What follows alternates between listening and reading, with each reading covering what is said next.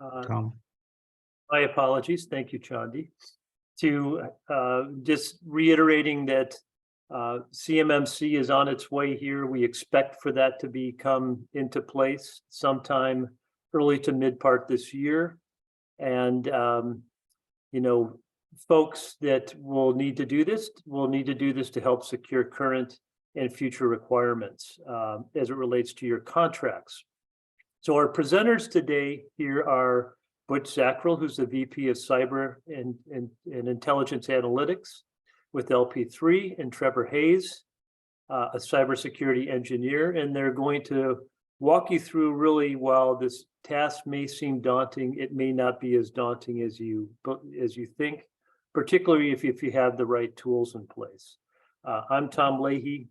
I am the head of sales and business development with SureShield. We are a partner of LP3. We provide technology to help make meeting these requirements that much more easy for our partners and the customers that our partners are serving. So let's go through briefly the agenda for today. Butch and team are going to talk a little bit about this, a brief overview of CMMC again and the CUI overviews, what controls that encompasses, how do I know whether I'm meeting these requirements, how do I apply these controls to my requirements to make sure they're there, really to help identify what gaps you may have, and then how do you go ahead and address the unimplemented controls. And during that time, we will also take a couple of brief polls to see where you all are at. We'll go into the Q&A, so please direct any of the questions you may have to the Q&A section of Zoom. And then we'll also have an offer for you to reach out to LP3 if you'd like to learn more about how they might assist you with this process as well. So with that, I'm going to turn this over to Butch Zackrell from LP3 to get the session started. And thank you very much, Tom. As he mentioned, my name is Butch Zackrell. I'm the Vice President of Cyber and Intelligence Analytics. And one of the main questions that we get and discussions that we have is, what is CUI? What is confidential, unclassified information? And I'm going to describe this in two ways. The first way is, as you can see from this slide, CUI is a very broad brush as defined by the DoD. I like to think of CUI as the DoD's version of CYA, because it encompasses personal identifiable information, sensitive PII, your proprietary business information, unclassified controlled technical information, and then, of course, for official use only. And as you can see here, this encompasses everything all the way down to the email traffic about a bid or solicitation that you're having internally or that you're having with subcontractors, partners, vendors, supplier, etc. So it's really encompassing of what CUI information is. The second way I like to explain it is, it doesn't matter my opinion, my explanation, or quite frankly, even your opinion of what CUI is, or even if you have or hold CUI in your information systems. And I say that because when a solicitation comes out, that solicitation is going to dictate whether there's going to be CUI, and it is also going to dictate what level of CMMC is required for you to bid as a prime, and what CMMC level the subcontractors will need to be in order to bid on it. So really, what we think CUI is, or whether we hold it or not, is inconsequential. Whether we need to be CMMC compliant or not is inconsequential. The solicitation will dictate that for us. So Tom, next slide, please. Thank you. So the cybersecurity maturity model certification, this is version 2. So in CMMC, there's 16 domains, 110 individual controls / policies, and they directly align with the NIST 800-171, which is the statute today. So today you need to be NIST 800-171, and that compliance actually denoted in the DoD's Suppliers Performance Risk System, or SPRS, along with what is called a SPRS score, which is the 110 unimplemented controls aggregated to a single score. And the DoD has put out notices to every contracting officer that now this must be checked prior to award. So CMMC levels. So CMMC level 1 is having implemented just 17 of those controls. Now, granted, they're the more heavily weighted controls, but it is only 17 controls, and this is self-assessed, right? You create your system security plan, you have the level 1 17 controls, you have them implemented and how they are implemented. Then you also have level 2, all 110 controls implemented, but again, they are self-assessed, right? So within your system security plan, you will list the 110 controls, those ones that are implemented, i.e. met, how they are met, or they're not applicable to your company and why they are not applicable to your company.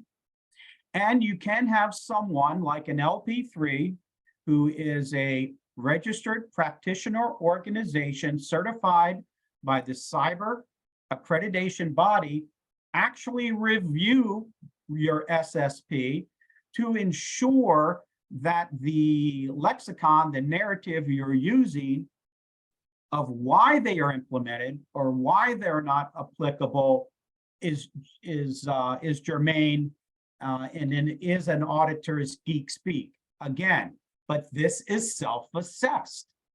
Now, the next level, which gets a little bit more sporty, is the level 2, 110 controls implemented, but you will be audited by a third party. Now this, as I mentioned, can get a little sporty because it is a little bit more involved. During the audit process, there's 4 phases, 15 sections within those phases, and a total of 37 subsections that an auditor will go through in order for them to bless, if you will, that yes, you are level 2 compliant. This process takes anywhere between 6 to 10 weeks if you have your body of evidence and your artifacts in line. Now, the other level is level 3, 110 controls, and a subset of NIST 800-172, which they haven't defined yet, and the actual government will be doing the audit. This is going to be very, very rare. What we really want to focus on is first achieving level 1, then achieving level 2 self-assessed, because in March of this year, which will be March, April timeframe, the government's going to come out and say, all right, we believe that these particular types of solicitations, and they haven't defined how they're going to figure that out, will be only need level 1. These types of solicitations will only need level 2 self-assessed, and these solicitations will actually need a third-party audit. Right. Now, the implementation of CMMC version 2 is looking to be launched in May or June of this year, but we are already seeing solicitations coming out that say you need to be CMMC level 1 or level 2 or even level 3 audited, because the solicitations aren't due until the end of the fiscal year in 2023. And so again, we recommend that you first become level 1, 17 controls self-assessed, but then start working on level 2, 110 controls implemented self-assessed, right? Now that's going to put you on firm footing for most of the solicitations that will be coming out in 2023. And there's no reason to jump into a costly third-party audit unless you absolutely have to and have been defined that the types of solicitations you go after require that. Now, in the March and April timeframe, you can also contact your prime or your contracting officer and ask them that question, right? Where do you foresee us laying? Level 1, level 2 self-assessed, or level 3 third-party audit? Tom, next slide, please. Okay, the third-party assessments. So the third-party assessments, again, self-assessed, you will do it yourself. I do recommend that on a self-assessment, you have a registered practitioner organization like an LP3 at least do a review of your system security plan to ensure that it will pass muster. This engagement is not burdensome and it's a very low level of effort. It is a review with a assessment and where you might need additional help, okay? If you have a third-party audit, you will go out to a C3 PAO, which again is certified by the cyber accreditation body, and you will work with them in order to set up your assessment. Okay.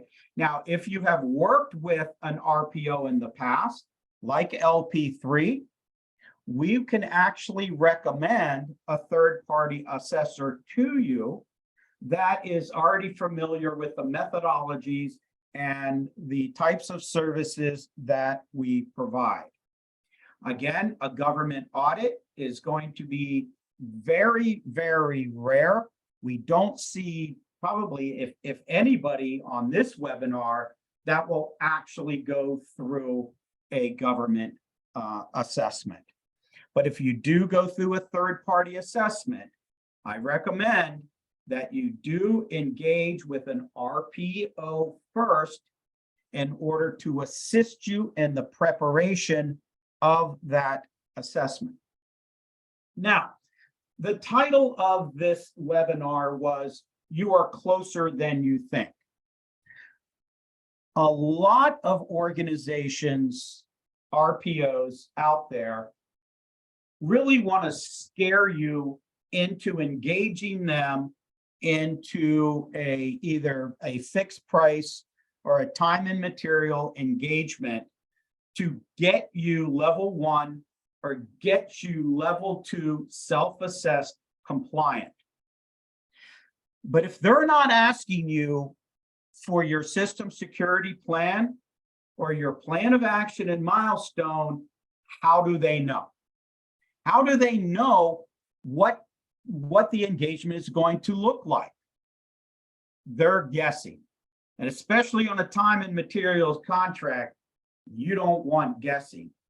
You can actually check for yourself how close you are to being compliant.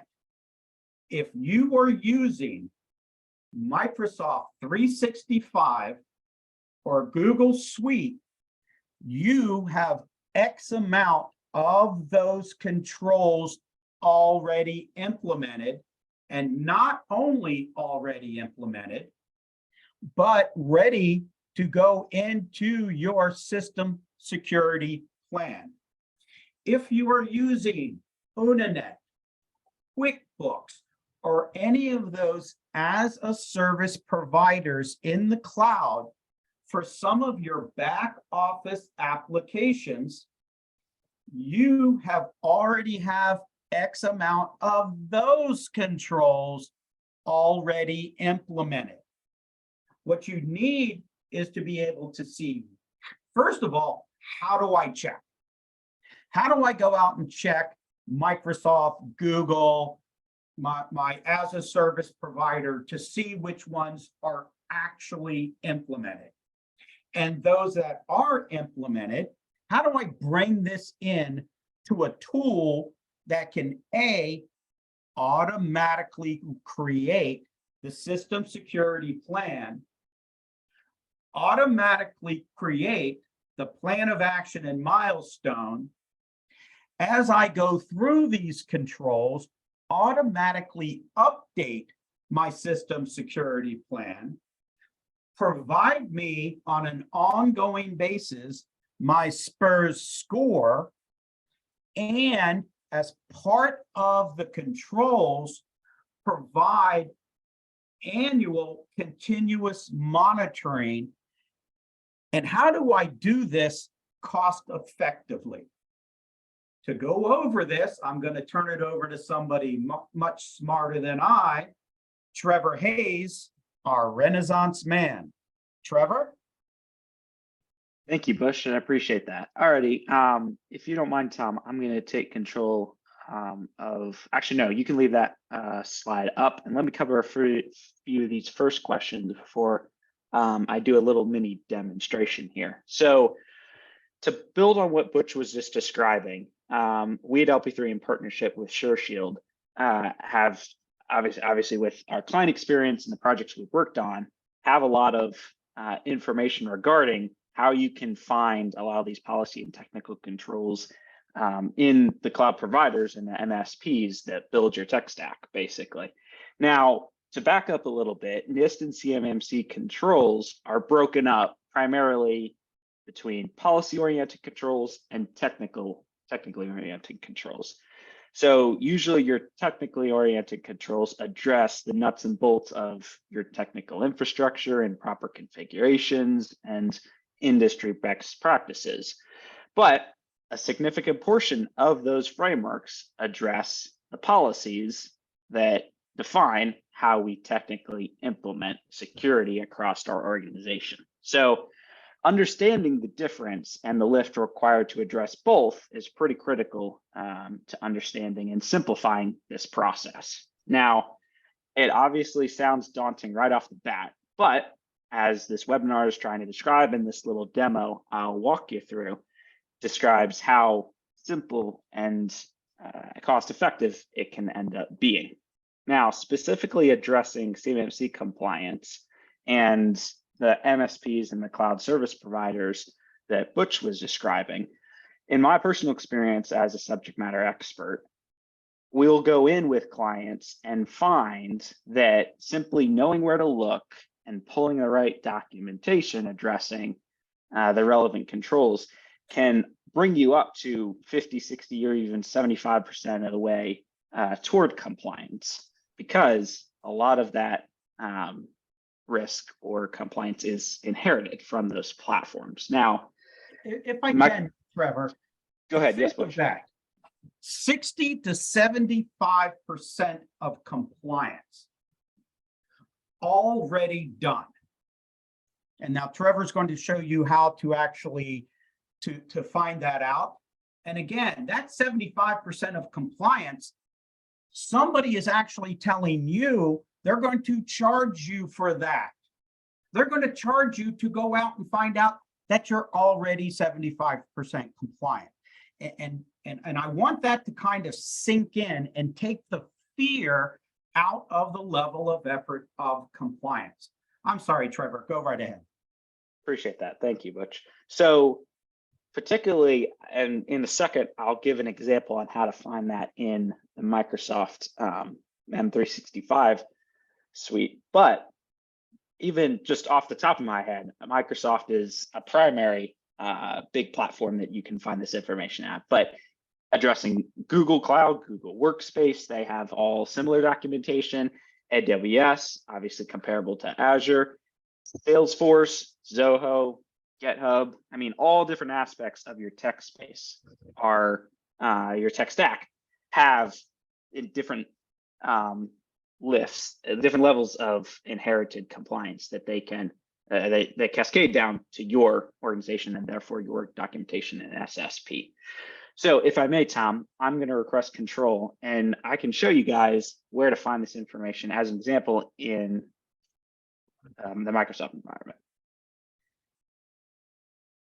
So on my screen, as I'm sharing here, I have an example of Microsoft Purview and the compliance manager. Trevor, just briefly, you're not sharing.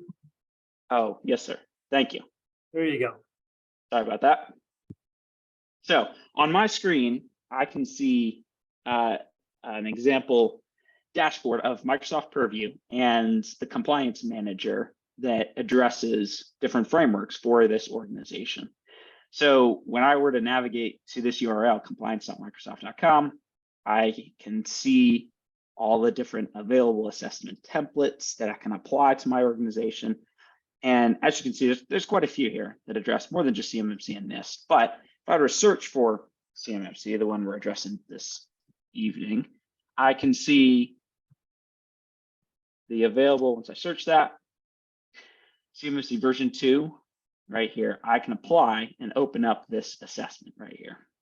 And suddenly this breaks down all the different domains and domain families, and then each individual control as it applies, as Microsoft inherits their compliance and applies to this organization. Now, to get in a little bit into the weeds, it addresses it does differentiate between what Microsoft has already remediated, but it does also notate where additional configurations need to be implemented in order to satisfy further compliance. So again, not only does it cover the parts that it's responsible for, but it can give you more information on how to remediate further, basically, for stuff that would be your responsibility, but it gives you easy documentation on how to implement those configurations, essentially. And then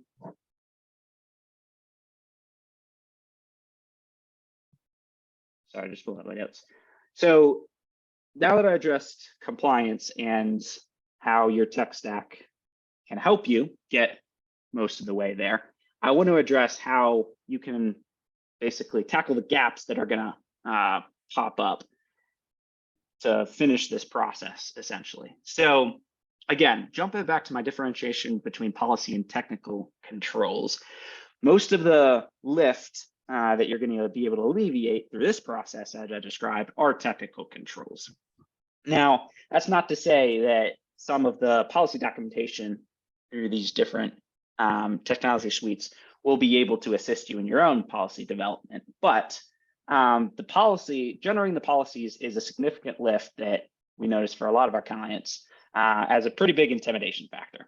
And to pivot to addressing that, I'd like to walk through, describe and then walk through a little demonstration on our SureShield demo client.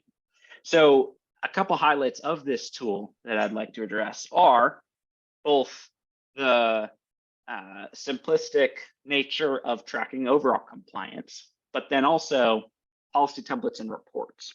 So as a description, before I jump and walk you through. The policy templates available through the SureShield tool cover all 14 domains of the NIST and CMMC framework and are customizable for your organization. So they map to the individual controls that address, okay, you need this policy, you need this policy, you need this policy, and then allow you to add your own customized information tailored to your specific needs. Having those already built in and having a fill in the blank process that needs to be completed rather than sitting down with a blank Word template is a significant burden that's obviously alleviated.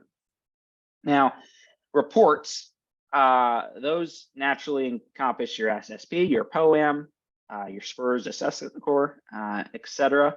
But this tool, SureShield tool, incorporates your overall compliance level into those custom generated reports. So the way this tool is built, it's to take everything from your compliance dashboard, which happens to be the screen I'm sharing, and allows you with a click of a button to generate your up-to-date, most current version of that SSP.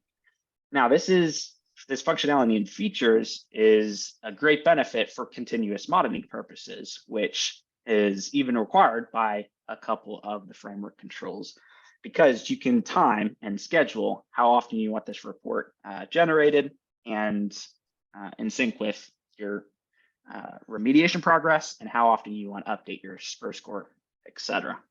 So quickly, I want to walk through and demonstrate what that looks like on the tool itself. So on the screen I'm sharing, I can see the compliance dashboard here, where I can graphically view my compliance status and levels, and then manually interact with the different controls as they're listed, all 110 of them right here. Now, quickly jump into reports.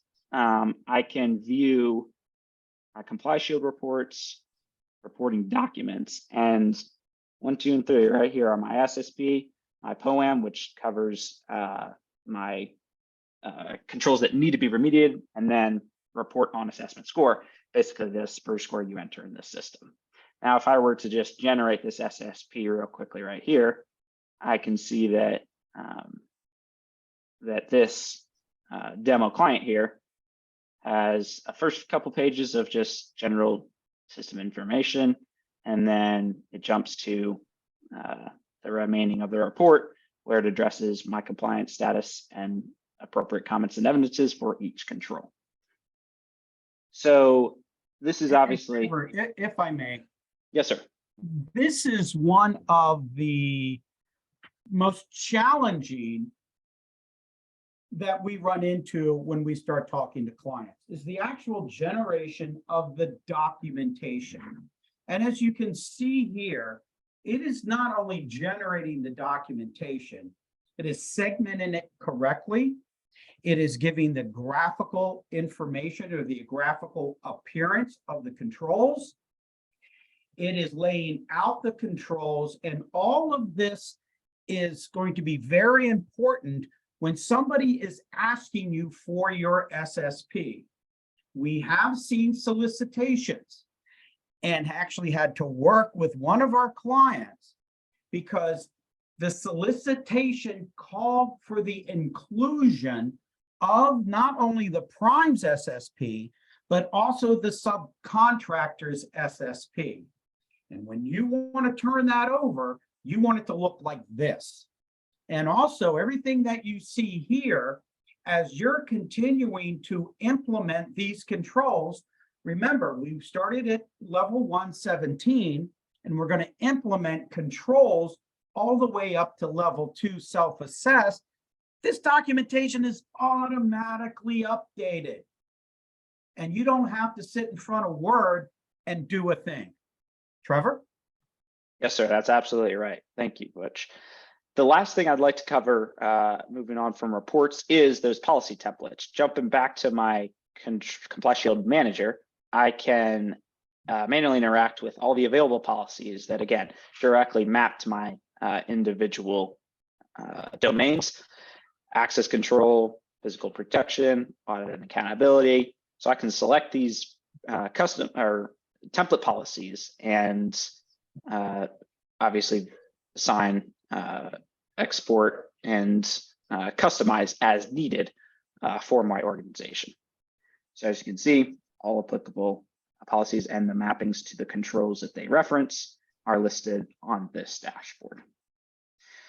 So at this point, I'll hand control back to you, Tom. Thank you.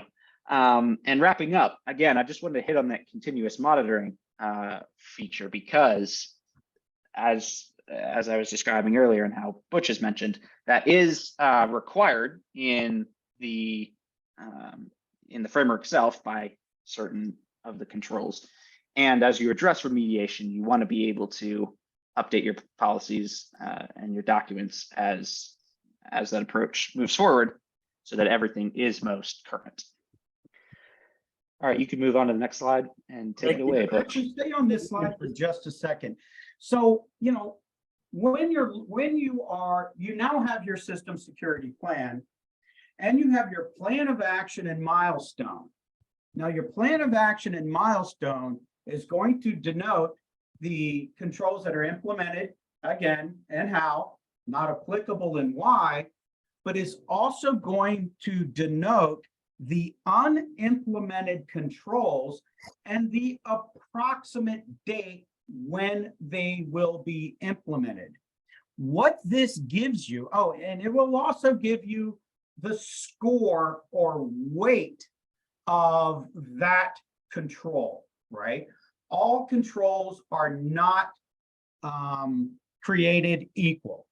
You have some that are -1 controls, -3 controls, and -5 controls. Remember, level 1, 17 controls, most of them are going to be your level, your weighted 5 controls.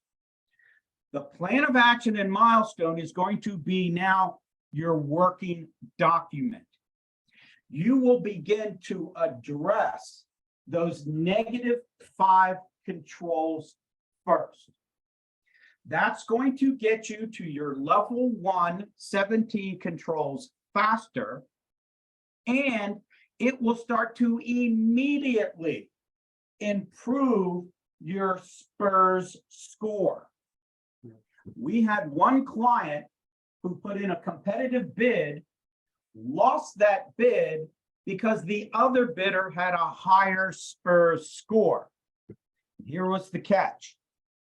The SPRS score was not listed as a requirement in the solicitation, but yet it was so close, that's what they defaulted to. Okay?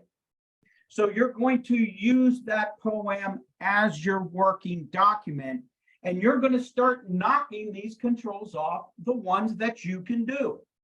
You saw the policy templates that were already in there. You're going to modify those policy documents so they make sense for your business. Then you're going to mark that control implemented and how. So that POAM is not just the plan of action and milestone with an arbitrary date when it's going to be implemented. It becomes your working document, and you can just start knocking these controls off.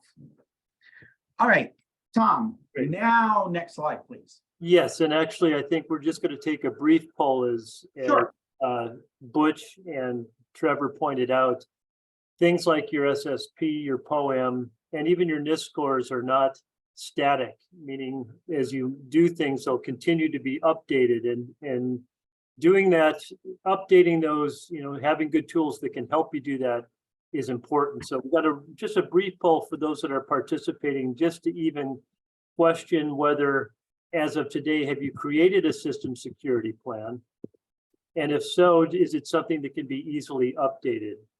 If you could go ahead and for those participating, just go into this poll and answer those particular questions.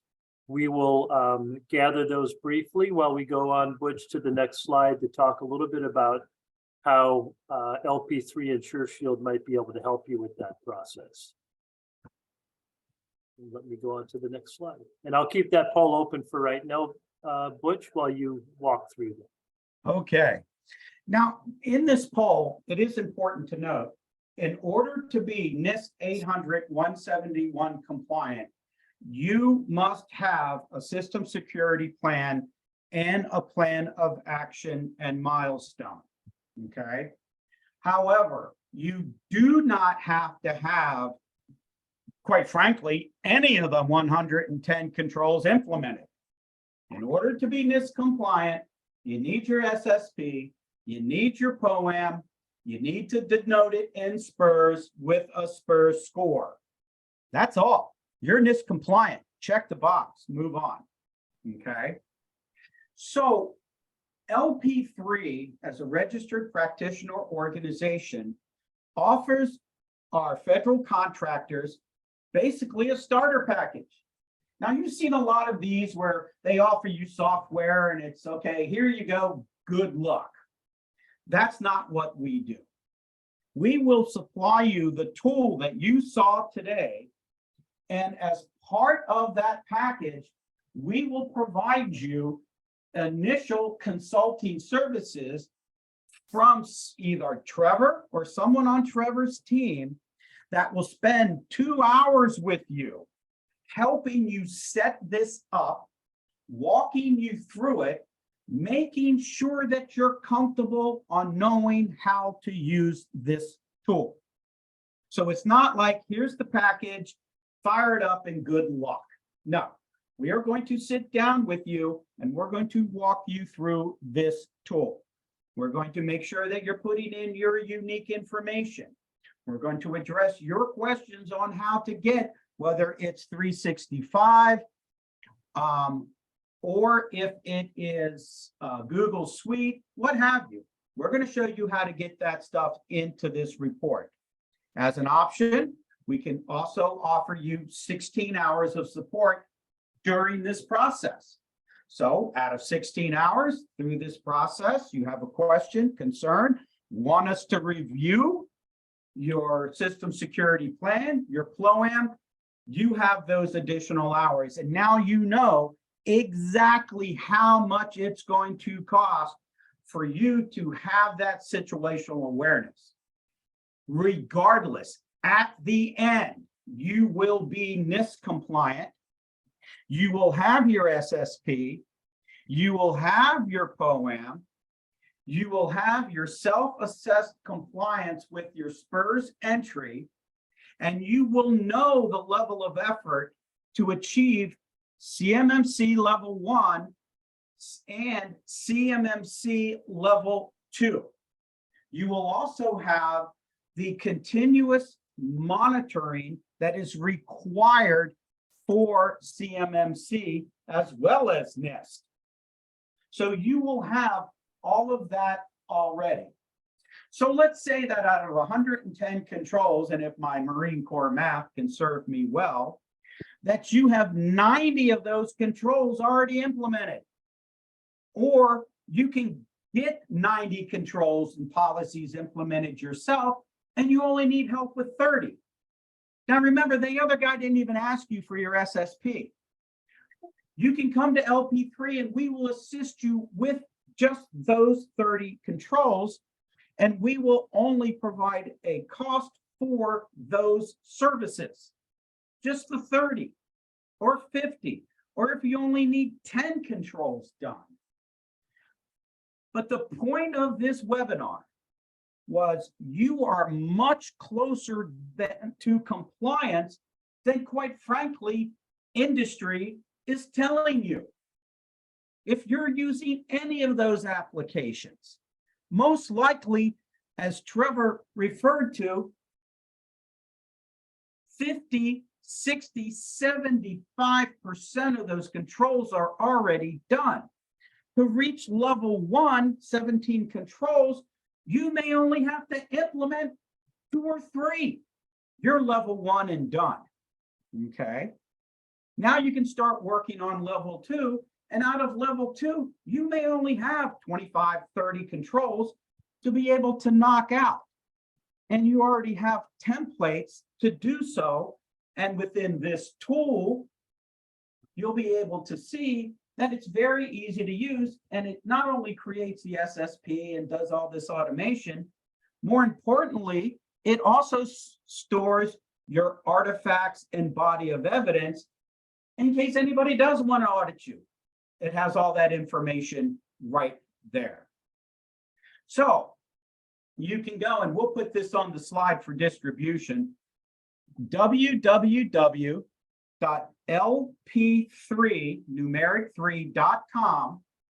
will take you to the page where you can actually look at the offering and actually purchase the offering right online if you so choose, right? So at this point, I think we'll go ahead and leave a good amount of time for questions and answers. And Tom, Yep. If Thanks, you Butch. could kick that off, that'd be great. Yes, let me do that. And there's actually quite a few questions we have here. While we're doing that, as Butch mentioned, if you have need or you're interested in having a no obligation consultation from LP3, I'm going to go ahead and also launch a poll to let you answer those questions if you'd like to have someone from the company contact you. But we do have a lot of questions here, Butch, from folks that are participating. And why don't I start with them? Start with them and I'll address this one to you. One person is asking, shouldn't I wait until I have an RFP coming that requires this work? Save my money and effort until I need it. Well, let's keep in mind that, and that's a great question, right? You should at least, just from a security posture, cybersecurity posture, try to achieve level 2 self-assess, right? And by the way, in doing that, we've seen cybersecurity insurance actually go down because you have it implemented, but then it becomes a timing issue, right? How fast can you get these implemented, okay? Which means you need to have a situational awareness ahead of time. How fast can you get them implemented before the bid is actually due? If you are a subcontractor, okay? If you are a subcontractor, then the prime may want you to be compliant before putting you on the team, because that would be a risk to them. So CMMC level 1, 17, get there, get to level 2, self-assess, and just be done with it, because as the cost is not going to be an issue for the self-assessed, right? Because you can, as we mentioned, you're probably a good portion of the way there already. Right. Do the self-assessment, find out where you're at, then make a determination. Tom? And as you've also pointed out, I mean, it's a requirement today already for NIST 800-171. So you should be doing it regardless if you are participating in these types of contracts. Another question briefly, how long relatively does it take most companies to get to compliance at a level 2? Okay, level 2 self-assess, quite frankly, could be anywhere, depending upon where you're at, right? It could be, 30 days up to 6 weeks. For an audit, then it's going to be, 6 weeks, 10 weeks. The cyber accreditation body is actually saying 6 months. I in my humble opinion, and as part of the body in of itself, kind of question the 6-month thing, right? Because of automation, I think it would be more for scheduling purposes than anything. But if you're sitting good, it could be, 30, 90 days to be able to become compliant. But again, you got to know where you're at before we can really address that question. Next. And I think you addressed this earlier, but the question is asking, are primes asking about this now for team, for teams, those types of things, teams that are, groups that are teaming up, are they asking for this type of compliance? Absolutely. LP3 ourselves is a subcontractor to a few different primes. Not only did they require for us to address it, they wanted a screenshot of our SPURS entry as well. Then the next question, are there integrations for platforms like M365 and Google similar to, and I'm not familiar with this, compliance purview? It sounds like it's a fairly expensive product. Yeah, and I'm going to turn that question over to Trevor because he actually does the implementation work. But I don't believe that there's an API that goes directly from, let's say, 365 into any package, right? Trevor, you want to address? Yes, sir. Yes. So the demonstration within the Microsoft environment that I just did earlier addresses the Microsoft Purview example. But for example, I mean, organizations that don't have access to Purview, then you would be looking at, there are other resources out there that address the configuration and proof, like evidence that certain configurations within the Microsoft environment are properly configured. For organizations that aren't in the Microsoft environment at all, so that's obviously wouldn't have access to Purview through there. There are, as I was mentioning, other resources depending on the tech, the environment of the tech stack, the Google Workspace or the Google Suite. There's other resources that you could find that pulls that information. And this is where you get into that no obligation consultation, so we can talk directly to your specific needs. But from an API, meaning what you would basically do is download the information and then import that information into ShoreShield, and that is part of the coverage that we provide to you. And those are, as I understand, those are providing evidence, really evidence of compliance to that control by using those tools, right? Correct. Yes. Excellent. And then here's a question. Am I closer if I'm on M365 or if I'm on G Suite? That's a great question. In our experience, you are closer to compliance on M365 than Google Suites. However, having said that, it depends upon how you have each configured.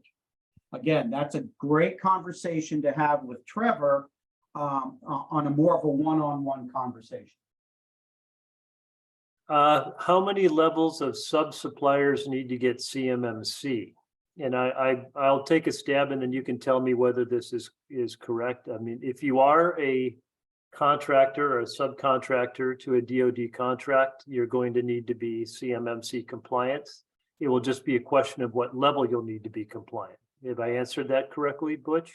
That is correct. The ones that need to be compliant are the prime and all of these subcontractors listed on the response to the solicitation. Excellent. And just for the folks, I know we're running close to the end of the session. I still have the poll open. And if you would like that consultation, I see quite a few indicating that they would like to get reached out to. So that's great. Let me go into a couple more questions. If we use LP3, will we receive a certification letter seal to use on our website? The certification actually comes from the CMMC. What we have provided is language that says that, for an example, if LP3 reviews your system security plan and your POAM, or assists you in actually getting there through a different type of service, it's like an outsourced service, then we do have language that you can put onto your website. The word certification has weight to it, so we word it in a way so it's not certification, that's a CMMC function, but we use different language to be able to get you to where you need to be. Excellent. let me go to Adam. Is there any carve out of requirements for small contractors? The answer to that question is yes. If you're a small contractor and the solicitation comes out for CMMC level 2 audited, you can request a waiver. So you can go to the DoD and you can request the form and start going through the waiver process. If you ever done a waiver process with the DoD, it's probably easier to become compliant than it is to go through that waiver process. The DoD is going to be taken into consideration based on those solicitations, those set-asides, 8As, service disabled, veterans owned small business. So they will take those in consideration when requiring the CMMC level. Okay. Here's a question. Are all the domains and individual controls within NIST 800-171? And I think the answer, or at least let me take another stab. The new, what they're calling the CMMC certification requirements are actually following the NIST 800-171 controls. They will, 100%. right? And then there's a subset of those 171 controls that are the level 117, what you might call basic cybersecurity. So the answer is yes, they follow the same process as the NIST 800-171, but you can add to that, Butch, if I have. Yeah, that's exactly right. NIST 800-171, 110 controls now directly align one for one with the CMMC 110 controls. CMMC version 2 dropped the additional controls that they were requiring. Great. Then we have a question of, we have Sophos MDR and XDR as part of CMMC. Do you have experience with Sophos? That might be a question for Trevor. I'm not familiar with Sophos personally. Yeah, Trevor, that's a question for you, sir. Yes, sir. Yeah. I don't have an extensive amount of experience with that particular managed detection tool. I do know that with generally EDR capabilities and depending on how they're configured can aid significantly in addressing levels of compliance. Again, it usually depends on how they're properly whether they're properly configured. But usually with clients that have enough insight and infrastructure to support an MDR or an XDR tool like that, they're well on their way, and so that helps with the process significantly. Great. And we still got a lot of questions, so I'm going to keep asking them as long as we have the time here, Butch. Sure. What kind of companies require level 1 and what kind of companies require level 2? That information is going to become clearer in the March-April timeframe when the DoD and the Cyber AB addresses that exact question. Right. And just at a basic level, a level 2 requirement means that you are handling some type of what they would call CUI data, right? A level 1 sometimes generally may not be that case, where it's more, it's not listed as defined CUI. But as Butch said, they will help define that as to what companies qualify and what will be required for certain contracts as well, correct? Correct. Great. But I do want to reiterate, level 2 self-assessed, you really want to get there sooner or later, but more sooner than later. Agreed. And I think what type of companies, janitor versus tech, right? If you're working on SIPR, if you're working on JWICs, you can pretty much guess level 2 is going to be at least a baseline. Gotcha. Question, what if they've gone through an audit and the auditor doesn't agree with their implementation of a security control? That's a great question. There is actually a process that you can basically go to the DoD and say, I don't agree with the auditor, right? Now, this is where the RPO comes in to assist you pre-audit. For an example, if you engage LP3 to ensure or work with you to make you audit ready, we will act as your advocate during that audit. And we have done many SOC 2, ISO, ATOs, RMF, 800-171, 853. We know the language they want in those documents. They got a problem with that language, then they're going to have to argue with Trevor. I never want to have to argue with Trevor. Great. And then another question was, what license level with M365 is required? I think that's meaning to get to meeting certain controls, correct? Yes, sir. Yeah, I believe that comes with the entire suite that packaged into the E3 license. That's as low as E3, and obviously E5 comes with that as well. Yes, and Trevor, if I'm not mistaken, and help me out here, that you can have 50 E3 licenses and only one E5 licenses to get to that, to get to the compliance center. Correct. Yes. Okay, so you don't have to have all E5s, right? No need to spend that money. E3s, one E5. E5, maybe for the administrator. Exactly. Okay, just a couple more questions, and I know we're getting to the end of the hour here. So I think this is an add. This is an add to the question that the gentleman asked about at what level of a subcontractor. I think you said, Butch, that if you are a sub listed on the solicitation, then you can expect that you would be needing to be compliant. That is correct. And this, as a subcontractor, as you know, the prime is going to list you, and it's also going to list your cage code.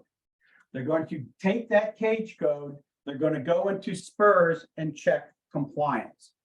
So it is only those primes, excuse me, those contractors listed on the response. Okay, and Trevor, you may be able to answer this. Does having compliance purview get you to close to 60 to 75% compliance? Good question. Yes, sir. Yeah, generally, on average, the clients we work with, that's correct. Again, it does depend on proper configuration, but yes, you can reasonably expect with little effort to get to that level with that tool. What about with Defender for 365? Again, that's more depending on how it is configured. But again, a significant portion of that are like default settings, if you will, that address those compliance controls. So yes, that helps you as well. And then let me get to one last question. I think it's being asked again. Do you use or are familiar with Cisco tools, software, or products? And maybe the person can expand on the question around that. If you're using Cisco, is it Cisco tools or products? Are you asking if they will help you get in compliance?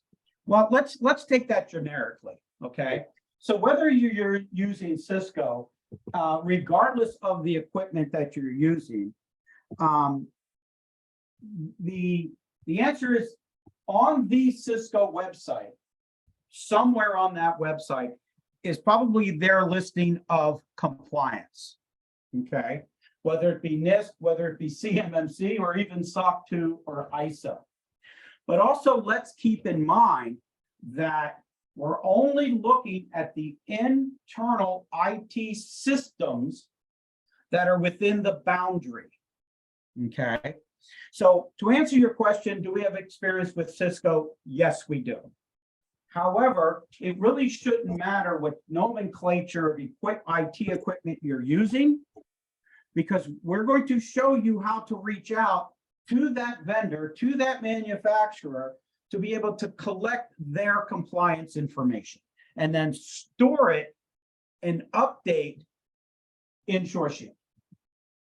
Excellent. Well, I think we're getting to the end of the hour here, guys.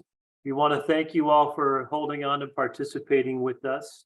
Again, that poll is open. We'll be closing it shortly, but for those of you that have indicated yes, folks from LP3 will be reaching out to you to schedule that consultation time. And for those of you who have said no or maybe later, we of course will update you with regular information on, as this process moves forward. Please feel free to, as Butch mentioned, to reach out to him or to the company. And, hopefully we'll have an opportunity to work with you. I do see a couple more questions coming in, Butch, if we have the time to answer them. Sure, and just a second here.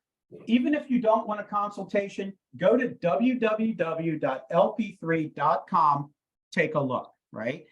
Everyone on this webinar will be getting a copy of these slides, so you have them in your back pocket. Go ahead, Tom. Okay, so the question was, you mentioned M365 E3, E5 subscription. Where does M365 Business Premium fit? Good question. Trevor? Yeah, that's an excellent question. I believe Business Premium is one of the like the top tier for small and mid-level businesses recommended for Microsoft subscription. So if you were concerned about whether Purview would be included in that, I believe it would, as it is included as far down as E3 licenses. So I hope that answers your question. Great. Well, we are getting past the hour here now. Again, thank you everyone for your time.